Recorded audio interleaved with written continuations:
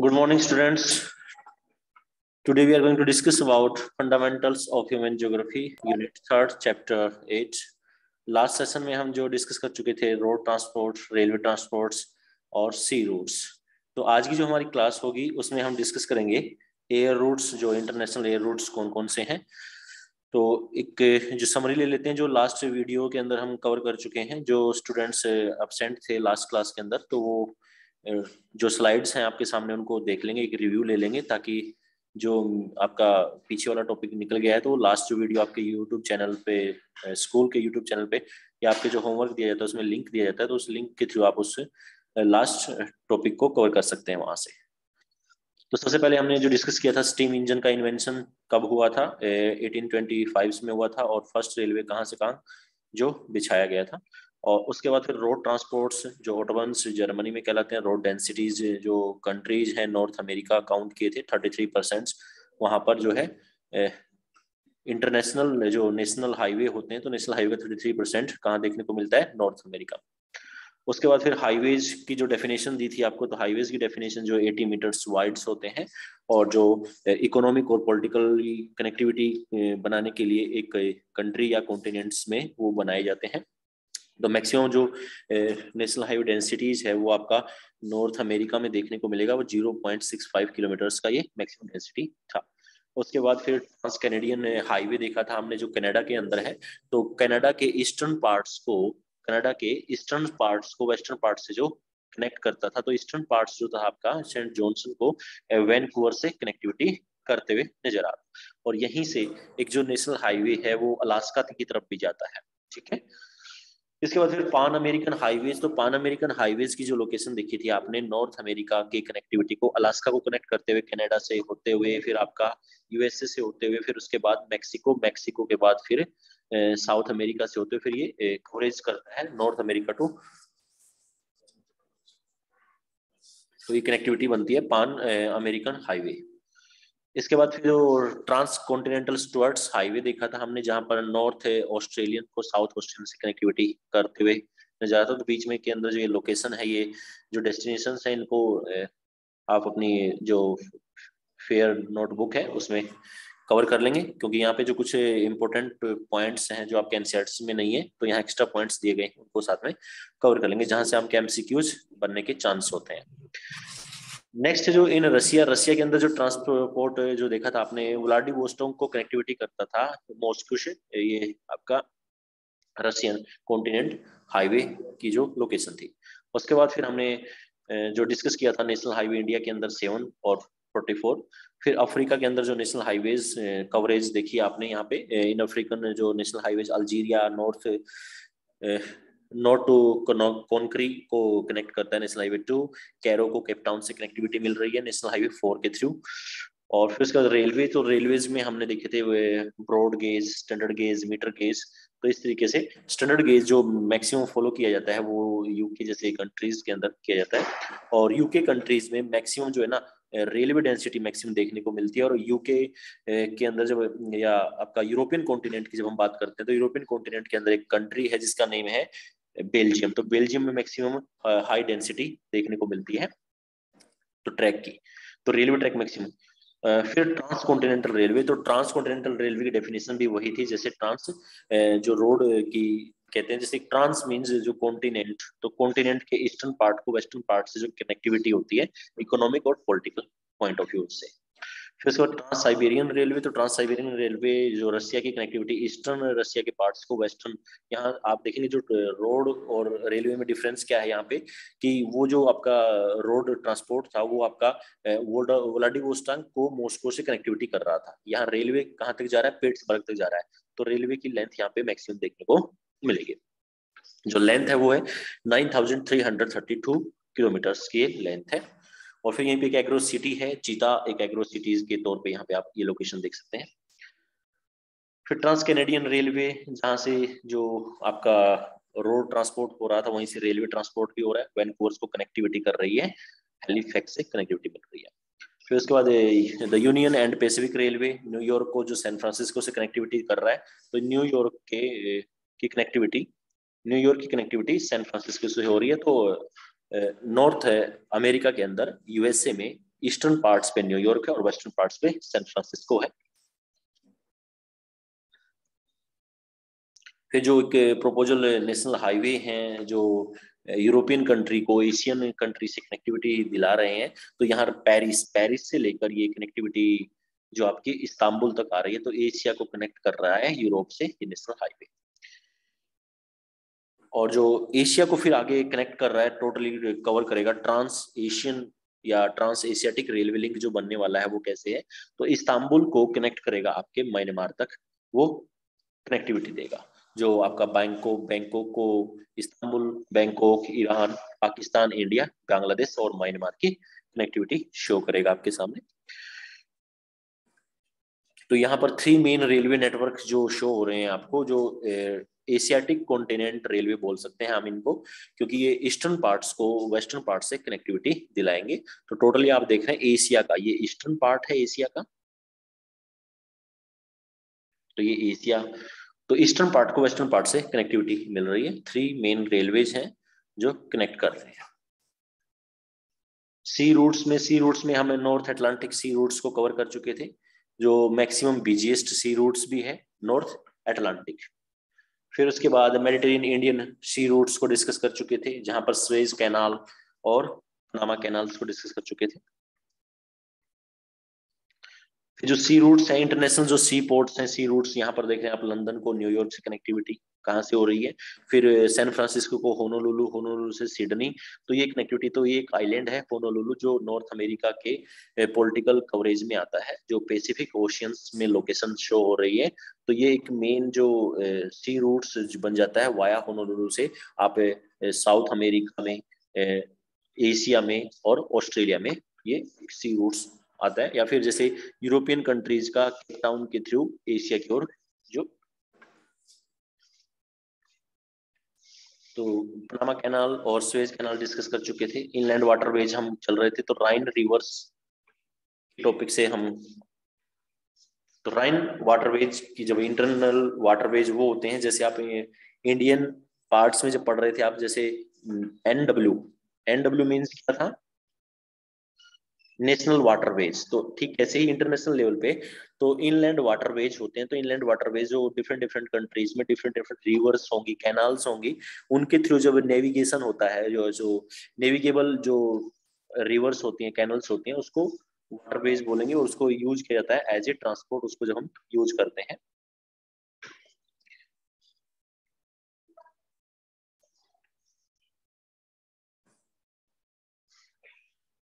The Rhine flows through Germany and Netherlands. It is navigable for 700 from Rotterdam and its mouth in the Netherlands to Basel in Switzerland. Ocean-going vessels can reach up to Cologne. The Ruhr River joins the Rhine. तो Ruhr River जो join करती है Rhine rivers को from eastern direction से वो आती है. It flows through a rich coal field and the whole basin has become a prosperous manufacturing area. Dusseldorf is the Rhine port for this region. तो जो forts का name है यहाँ पे, जो फोर्ट है आपका वो है, ये पोर्ट है जो, सॉरी, डसलड्रॉफ, जो एक पोर्ट है, राइन रिवर्स पोर्ट, जो मेन मैन्युफैक्चरिंग रीजन है यहाँ पर। तो शिपयार्ड्स यहाँ पे काफी सारे देखने को मिलेंगे। Huge tonnage moves along the stretch south of the Ruhr. This waterways is the world's most heavily used. तो दिस जो राइन रिवर्स वाटरवेज है, तो ये वर्ल्ड्स का मोस्ट हैवीली यूज्ड है, क्योंकि इसके जो लोकेशन में है, कोयल रीजन भी है, और इसलिए इसको कोयल रिवर्स भी कहते हैं, और busiest sea route of the world भी है। सॉरी, जो बिजिएस्ट रिवर है बोल सकते हैं, तो बिजिएस्ट रिवर्स किसको बोलेंगे, राइन रिवर को बोलेंगे।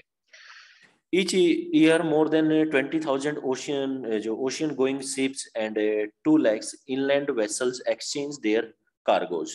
तो राइन रिवर्स के अंदर 20,000 के अराउंड जो होते हैं ना शिप होते हैं, जो ओशियंस में जाते हैं यहाँ से ट्रेवल करते हुए, और 2 लाख के जो नियर अबाउट क्या होता है, इनलैंड वेसल जो होती हैं वो क्रॉस करती हैं इसको आपस में। जो कार्गोज वो होते हैं जिसमें आप देखते हैं कि जो ऐसे इस तरीके से आपने देखा होगा, कंटेनर टाइप में होते हैं जिसको कार्गोज बोलते हैं, जिसमें काफी सारे जो गुड्स को रख के एक वन प्लेस से सेकंड प्लेस तक उसको एक्सचेंज पहुंचाया जाता है, तो उसको बोलते हैं।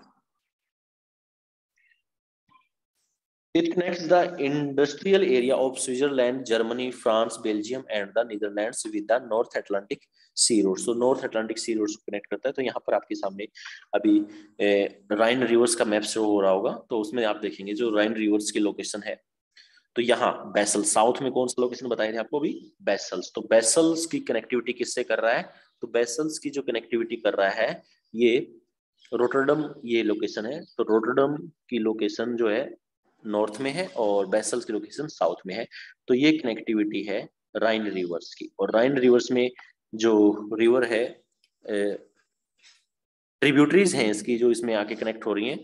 तो यहाँ मोसेल्स रिवर्स हैं, यहाँ पर आपका नेकर रिवर है और यहाँ पर आपका जो राइन रिवर है। तो ये फ्लो नॉर्थ की ओर जा रहा है और इसी फ्लो पे इंटर्न वाटरवेज जो देखते हैं आप।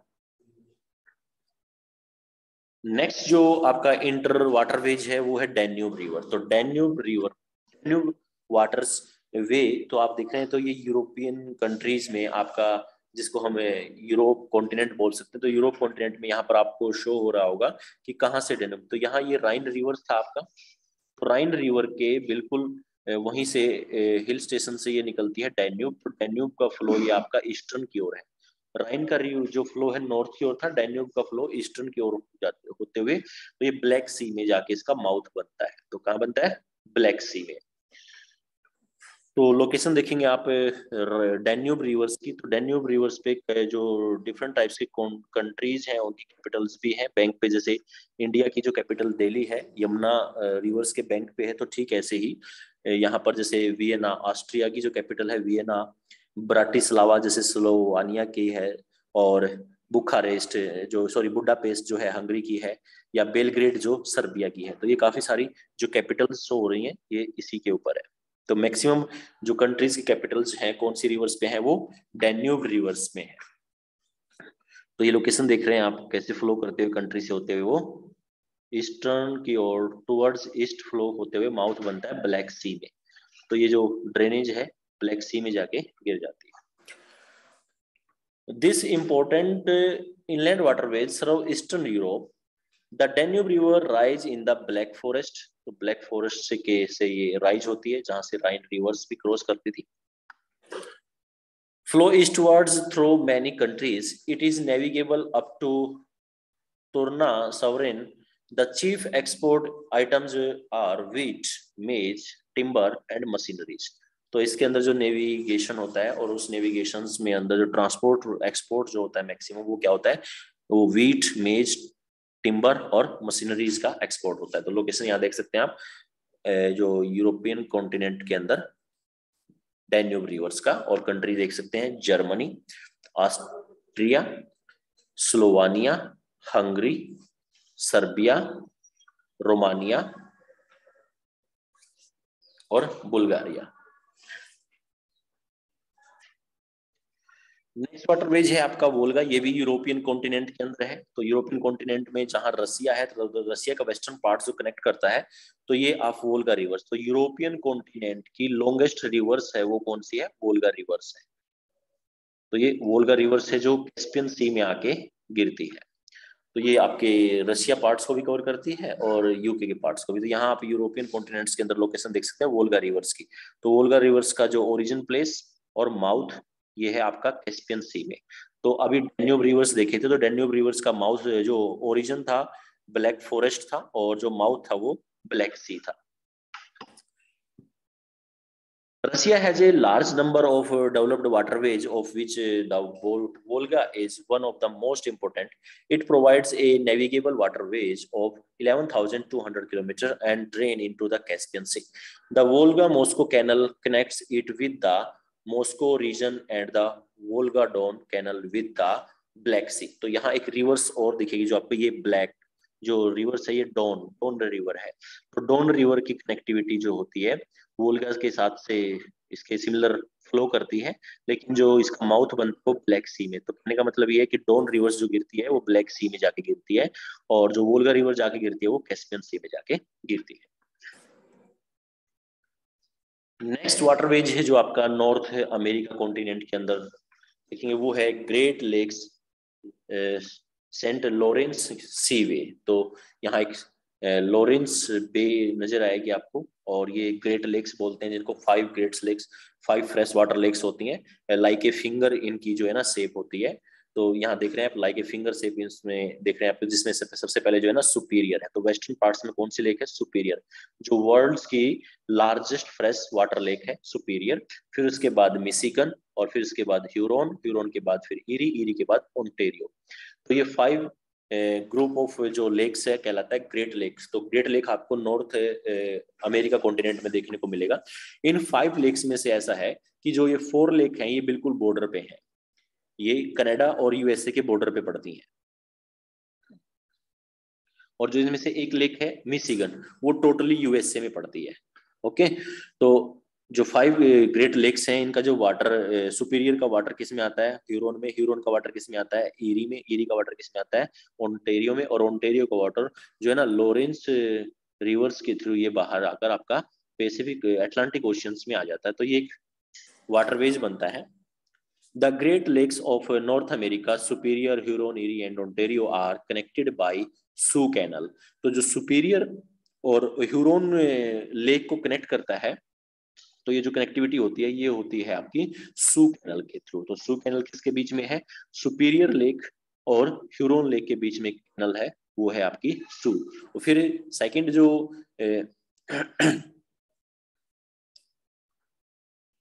और वेलैंड कैनल जो है इनलैंड वाटरवेज है जो ईरी और ओंटेरियो को कनेक्ट करता है।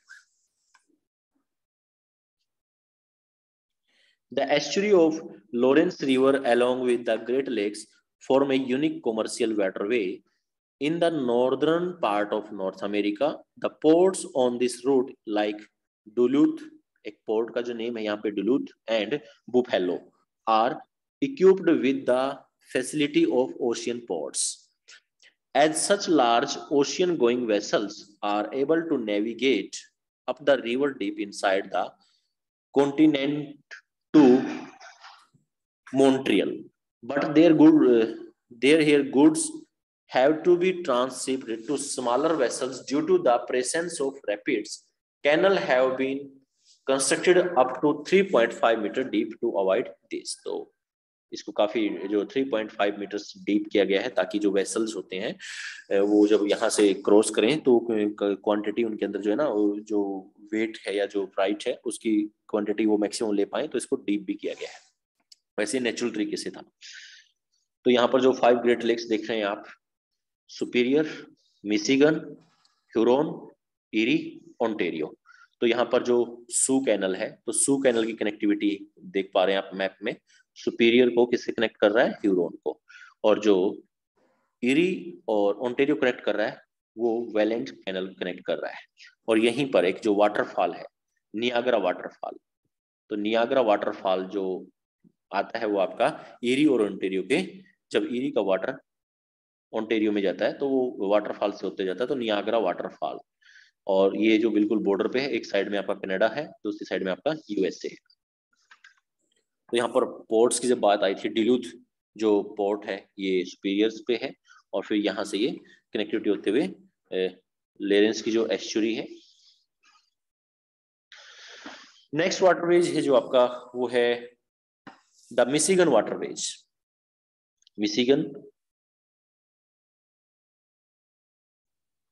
Michigan waterways. The Mississippi Ohio waterways connect the interior part of USA with the Gulf of Mexico in the south. Large streams can go through this route up to Minneapolis. तो Minneapolis एक location है जहां तक navigation हो सकता है। तो जो मिसिसिपी एक रिवर है नॉर्थ अमेरिका के अंदर, और जो मिसिसिपी रिवर्स का फ्लो है ये देख पा रहे हैं आप यहाँ से। तो इस तरीके से मैक्सिको कि जो गल्फ ऑफ मैक्सिको है उसमें इसका माउथ बनता है, और ये एक बर्ड फुट डेल्टा भी बनाती है। बर्ड फुट मींस जैसे पक्षी होता है तो पक्षी के पैर जैसा, तो ये बर्ड फुट डेल्टा कौन सी बनाती है? मिसिसिपी रिवर्स है गल्फ ऑफ मैक्सिको में बर्ड फुट डेल्टा बनाती है। तो यहाँ से नेविगेशनल है, तो नेविगेबल कहाँ तक है? ये आपका जो मिनियापोलिस। तो ये मिनियापोलिस आप लगभग जो अभी भी आप डिस्कस किए थे सुपीरियर लेक, तो सुपीरियर लेक के बिल्कुल साउथ पार्ट में यहाँ तक एक लोकेशन बनती है मिनियापोलिस, तो ये कनेक्टिविटी करता है, यहाँ तक इसका नेविगेशन होता है। तो जो इंटरनल पार्ट होता है यूएसए का। और फिर ओहियो एक रिवर है, इसकी ट्रिब्यूटरीज है, तो ओहियो रिवर्स का नेविगेशन ये यहाँ तक देखने को मिलता है। तो ये नॉर्थ अमेरिका में जो नेविगेबल वाटरवेज है वो है मिसिसिपी वाटरवेज। नेक्स्ट जो पॉइंट है आपका वो है air transport. What is air transport? Air transport is the fastest means of transport but it very costly. अब सबसे फास्टेस्ट मान लो एक लोकेशन से आपको सेकंड लोकेशन पे जाना है, तो सबसे फास्टेस्ट तो है लेकिन कॉस्टली भी तो है सबसे ज्यादा।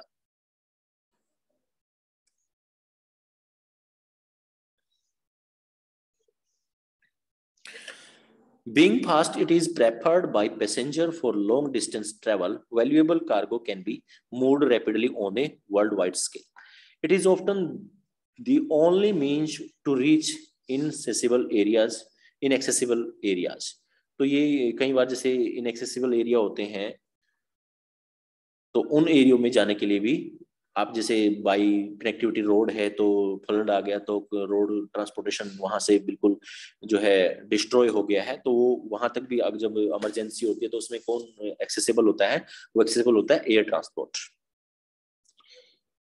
Frictions created by mountainous snow field और इन hospitable desert terrain have been overcome. The accessibility has increased.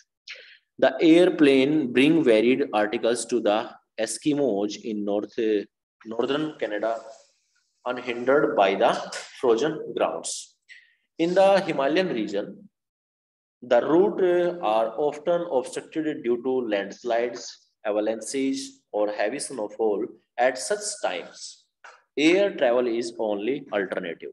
तो जब ऐसा होता है कि भाई जब पहाड़ों में जाते हैं, पहाड़ गिर जाते हैं, लैंडस्लाइडिंग हो जाती है, एवलांच बर्फबारी हो जाती है, तेज बर्फबारी के साथ साथ बारिश होना शुरू कर देती है, तो वो उस कंडीशन में जब रोड ट्रांसपोर्ट, रेलवे ट्रांसपोर्ट काम नहीं करता है, तो वहां पर एक्सेसिबल कौन होता है? एक अल्टरनेट के तौर पे किसको यूज करते हैं? एयर ट्रांसपोर्ट को यूज करते हैं। Airways also have great strategic importance. The airstrike by USA and British force in Iraq bears testimony to the fact the airways network is expanding very fast. तो जैसे ही आप देखते हैं कि भाई जो हम अदर कंट्री से जब अपना आर्मी इक्विपमेंट लेते हैं, तो उसमें आप देखते हैं सुपरसोनिक जो आपके एयर क्राफ्ट होते हैं, वो क्या होता है? जब एक कंट्री का दूसरे कंट्री के ऊपर जब आर्मी की जो हमला किया जाता है, तो उसमें इनका भी जो एयर स्ट्राइक का भी एक मोस्ट इम्पोर्टेंट रोल होता है। तो एंटी बेसल्टिक जो एयरक्राफ्ट्स भी बनाए गए हैं, anti missile air transport. At present no place in the world is more than 35 hours away. अब जब से एयर ट्रांसपोर्टेशन आया है, तो हवाई यात्रा शुरू है, तो उनके थ्रू हम एक ऐसा कोई प्लेस नहीं है कि वन प्लेस से जब सेकंड प्लेस तक जाते हैं जिसको कवर ना किया जा सके। तो अर्थ के ऊपर जो आपके कॉन्टिनेंट है, तो उनमें कोई एक स्थान से दूसरे स्थान तक अगर कवरेज करनी है, तो आप 35 आवर्स में उसको कवर कर देते हैं।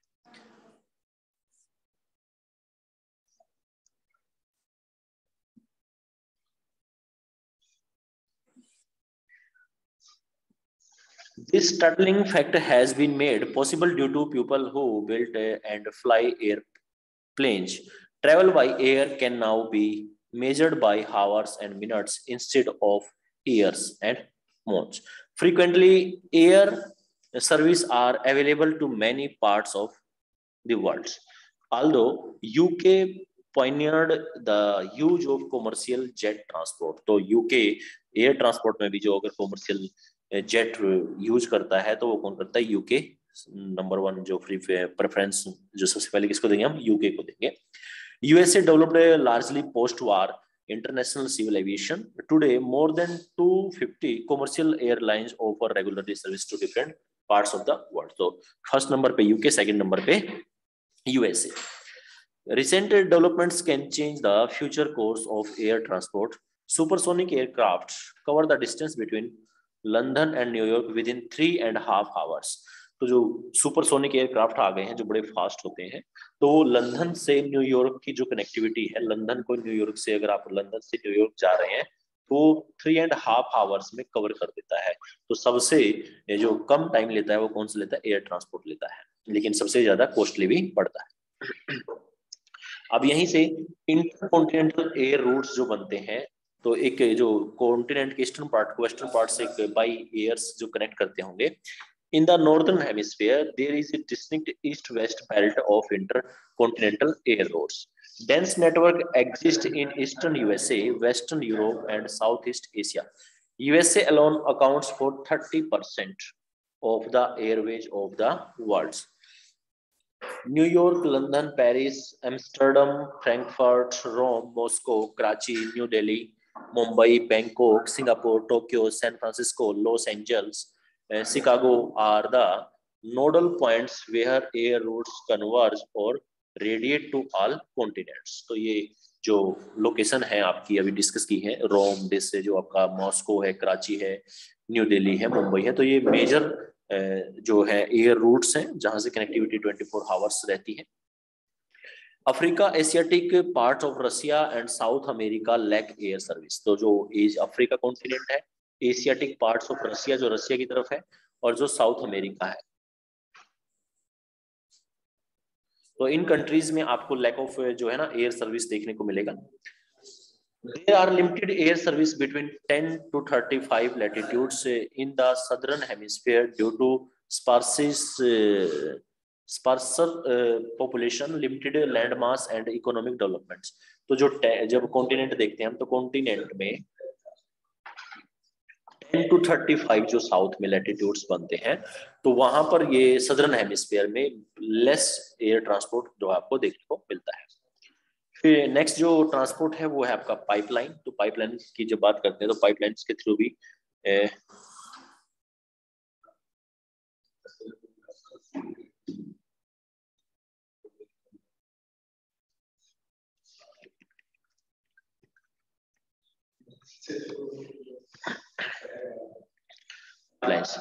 pipelines are used extensively to transport liquids and gases such as water, petroleum and natural gas for uninterrupted flow. तो uninterrupted flow के थ्रू ये जो पाइपलाइंस के थ्रू गैस, वाटर और पेट्रोलियम या नेचुरल गैस का ट्रांसपोर्टेशन होता है। Water supplied through pipelines is familiar to all. Cooking gas or LPG is supplied through pipelines in many parts of the world. Pipeline can also be used to transport liquefied coal. तो liquefied जब कोयला होता है तो उसको भी transport करने के लिए, जैसे पाइपलाइंस में आप देखते हैं जब थर्मल पावर प्लांट होता है तो थर्मल पावर प्लांट की जो एस्को है उसको भी रिलीज करने के लिए पाइपलाइंस का जो है यूज किया जाता है। New Zealand milk is being supplied through pipelines. तो जो न्यूजीलैंड है, कॉन्टिनेंट जो है आपका ऑस्ट्रेलिया या ओशिनिया कॉन्टिनेंट्स के अंदर एक कंट्री है न्यूजीलैंड, जहां आपका ओकलैंड जो एयरपोर्ट या सी रूट्स देखे थे। तो न्यूजीलैंड एक ऐसा देश है जहां पर दूध को सप्लाई जो है ना किसानों के खेतों से जो सप्लाई मार्केट तक की जाती है, तो वो पाइपलाइन के थ्रू की जाती है। जैसे आपके यहाँ पे दूधिया आता है, दूध लेने आता है, तो वही सप्लाई पाइपलाइन के थ्रू कौन सा देश करता है? New Zealand. From farm to factories. In USA, there is a dense network of oil pipelines from the producing area to the consuming areas. Being Inch is one such famous pipelines which carries petroleum from the oil wells of the Gulf of Mexico to the northeastern states. About 70% of all freight per ton kilometers is carried through pipeline in USA. In Europe, Russia, West Asia, and India, pipelines are used to connect oil well to refineries and to ports or domestic markets. Turkmenistan in Central Asia has extended pipelines to Iran and also to parts of China. The proposed Iran, India via Pakistan international oil and natural gas pipelines will be the longest in the world. तो जो Iran से India और via Pakistan होते हुए एक pipeline है जहां से ऑयल का जो है ट्रांसपोर्ट होगा, तो ये वर्ल्ड्स की लॉन्गेस्ट पाइपलाइन है जो अभी प्रोपोज्ड है। और ये प्रोपोज्ड है जिस तरीके से, ये आप विद मैपिंग आप यहाँ पे देख सकते हैं। तो ईरान की जो कनेक्टिविटी है, तो ईरान से पाइपलाइन आएगा वाया पाकिस्तान होते हुए दिल्ली तक पहुंच जाएगा।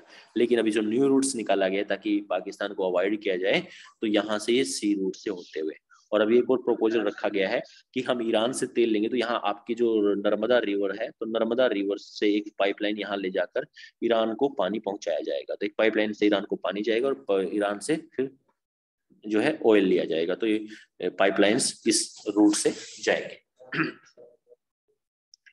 नेक्स्ट जो ट्रांसपोर्ट का मीन्स ऑफ ट्रांसपोर्ट है वो है कम्युनिकेशन। तो कम्युनिकेशन की जब हम बात करते हैं तो कम्युनिकेशन मैंने बताया था, जब वन प्लेस से सेकंड प्लेस तक हमारे व्यू, हमारे थॉट जब ट्रांसपोर्ट हो जाते हैं वन प्लेस से सेकंड, जैसे मैं आपको अभी पढ़ा रहा हूं तो ये कम्युनिकेशन का एग्जांपल है। तो मेरे जो व्यू है, मेरे जो थॉट है, मेरा जो कंटेंट है वो आप तक पहुंच रहा है, इसको क्या बोलेंगे? कम्युनिकेशन बोलेंगे।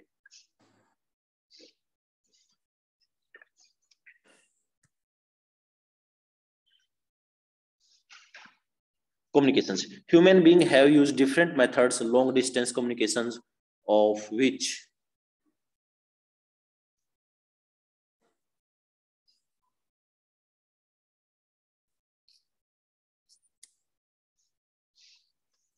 the telegraph and the telephone were important. The telegraph was instrumental in the colonization of the American West, sorry.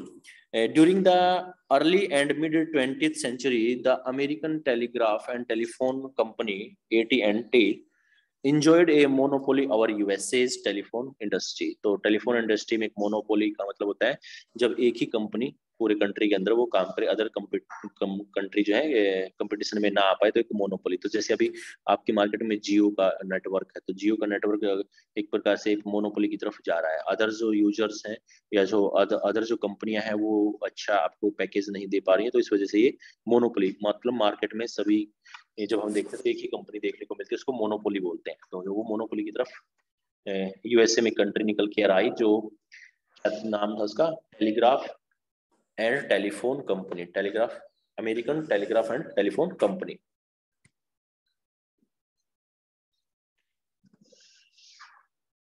In fact, the telephone became the critical factor in the urbanization of America. Firms centralized their functioning at city headquarters and located their branch office in smaller town. Even today, the telephone is the most commonly used mode in developing countries. The use of cell phone made possible by satellites is important for rural connectivity. Today, there is a phenomenal pace of development. Phenomenal pace of development means, तो जो आज की date में जो development के जो पड़ाव देखने को मिल रहे हैं कि जो डेवलपमेंट किस हद तक जो बढ़ रहा है, the first major breakthrough is the use of optic fibre cables. Optic fibre cables faced with mounting जो कंपटीशन टेलीफोन कंपनीज ऑल। तो जो आपकी जो यहाँ अगर लोकेशन देखें तो जैसे कनेक्टिविटी होती है, आप बाई कॉल आप कॉल करते हैं, तो यहाँ आप कॉल कर रहे हैं तो नेटवर्क के थ्रू आपके नेटवर्क से सेकंड नेटवर्क तक वो बातें हो जाती हैं। लेकिन जब अगर आपको अमेरिका में अगर बातें करनी है तो मोबाइल बाई मोबाइल के थ्रू आपका कनेक्टिविटी ये आपका नेटवर्क पे जाएगा, नेक्स्ट नेटवर्क से सेकंड नेटवर्क पे, फिर मुंबई में नेटवर्क है तो वहां तक आप अगर अमेरिका कॉल कर रहे हैं तो आपका नेटवर्क कैसे होगा, यहाँ से आपका जो नियर अबाउट जो नेटवर्क है उसको कवर करेगा। वो नेटवर्क जो है अमेरिका के अंदर जो नेटवर्क है उसको कवर, मुंबई के अंदर जो नेटवर्क उसको कवर करेगा। फिर अमेरिका जाने के लिए एक फाइबर्स वायर बिछाई गई, तो वो सिग्नल यहाँ से जब आप फोन मिला रहे हैं, इंटरनेट चला रहे हैं, तो ये सिग्नल यहाँ नेटवर्क से होते हुए, टावर से होते हुए, फिर ये जियो फाइबर्स जो वायर बिछाई गई है ओशियंस के अंदर ऐसे एक बनाया गया, तो इस तरीके से वो इंटरनेट कनेक्टिविटी पूरे इंटरनेशनल लेवल पर काम करती है।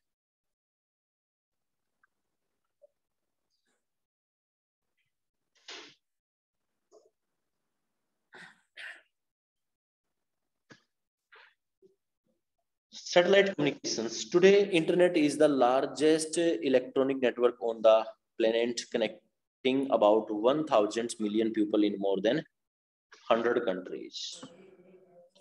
Communication through satellites emerged as a new area in communication technology since 1970 after USA and former USSR. United state Soviet Republic एक ग्रुप होता था, जैसे United state of America USA होता है, ऐसे यूएसएसआर होता था, पॉइंटेड स्पेस रिसर्च। तो उस टाइम पे इन्होंने काफी सारा रिसर्च किया था सैटेलाइट्स में। Artificial satellites now are successful developed in the Earth's orbit to connect even the remote corners of the globe with limited on-site verification. These have rendered the unit cost and time of communication invariant in terms of distance. This means it costs the same to communicate our 500 kilometer as it does our 5000 kilometer via satellites.